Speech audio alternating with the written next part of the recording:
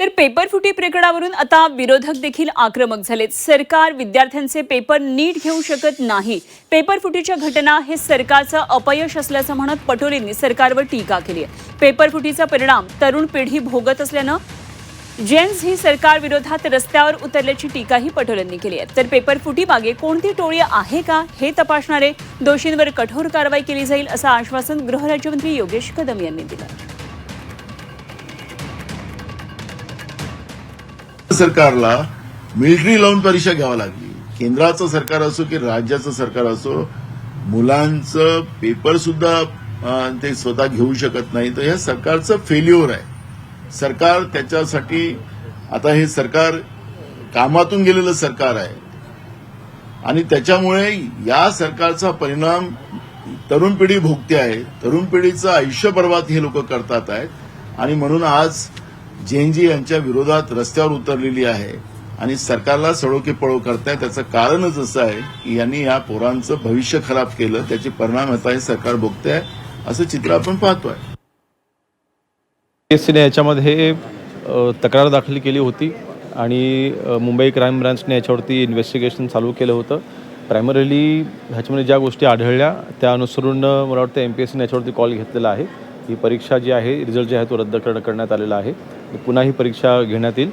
अर्थातच ह्या गोष्टी घडायला नको आहेत। ट्रान्सपरन्सी ही परीक्षामध्ये असलीच पाहिजे, त्याबद्दल अजिबात दुमतच नाही।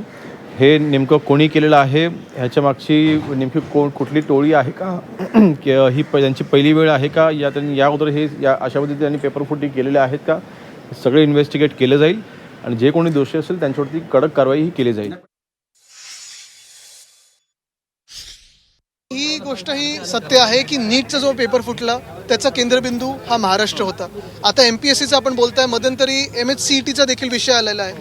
पण सगळीकडे ही परिस्थिती असताना आपण पाहतोय जे सगळे लोक तरुण मुलं मुली जेव्हा रस्त्यावर आले होते त्यांच्यावर लाठीचार्ज करणारे हेच होते, त्यांना दिमागी नक्षल बोलणारे हेच होते आणि ह्यांच्याकडून एक परीक्षा नीट ते चालू शकत नाहीत। यांना वन नेशन वन इलेक्शन घ्यायचं। त्यामुळे MPSCचे आत्ताचे जे अध्यक्ष असतील, सेक्रेटरी असतील, यांनी नैतिक जबाबदारी स्वीकारून या महिन्याच्या अखेरेसपर्यंत राजीनामा द्यावा आणि राजीनामा दिल्यानंतर एक स्वच्छ प्रतिमेचा, ज्याची प्रतिमा लोकांना माहिती आहे की स्वच्छ आहे, अशा व्यक्तीला अध्यक्ष म्हणून तिथं बसवावं। क्लास 1 पासून तर क्लास 4 पर्यंतची जबाबदारी, रिक्रुटमेंटची जबाबदारी आता MPSC कडे दिली।